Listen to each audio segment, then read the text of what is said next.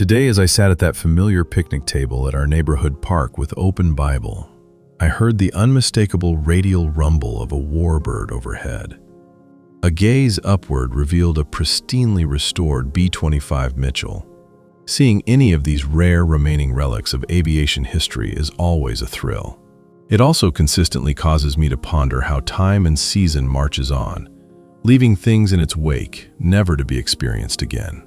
There were times when men strapped into these now antiquated machines and experienced an era that drifts farther with every passing moment.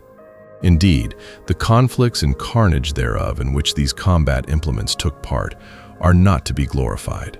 But it would be dishonest for many of us not to ponder what it was like looking out of the cockpit of a Mustang from high cover formation over vast formations of flying fortresses or liberators.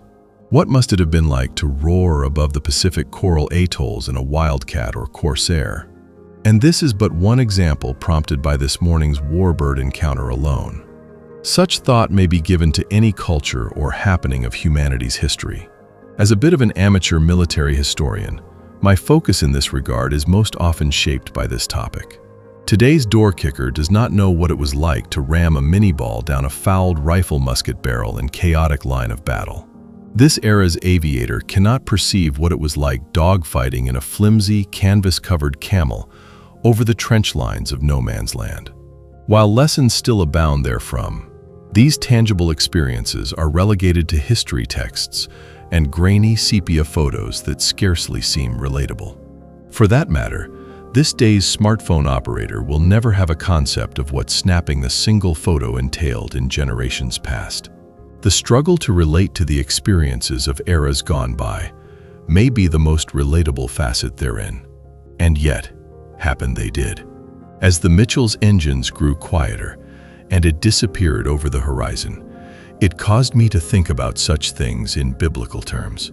I'm presently in Judges, having recently once again begun a journey through the Old Testament.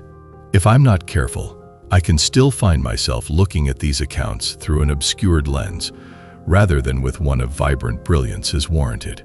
Though there be no photographic record and years of youth Bible study illustrations to inadvertently overlay, these people and their experiences were real. There was a moment when the Red Sea parted, when the walls of Jericho tumbled, when bitter waters became instantly sweet, and the list goes on. Chiefly, there was a moment when a feeding trough in a meager alcove was inhabited by the Christ child. A moment when his very words echoed about the Mount of Beatitudes. A moment when he sent the temple tables tumbling. A moment where he forewent the cup of suffering in the moonlight of Gethsemane. A moment when he was hoisted high upon Golgotha, mocked and dripping with the saliva of scoffers. A moment when the veil was torn from top to bottom.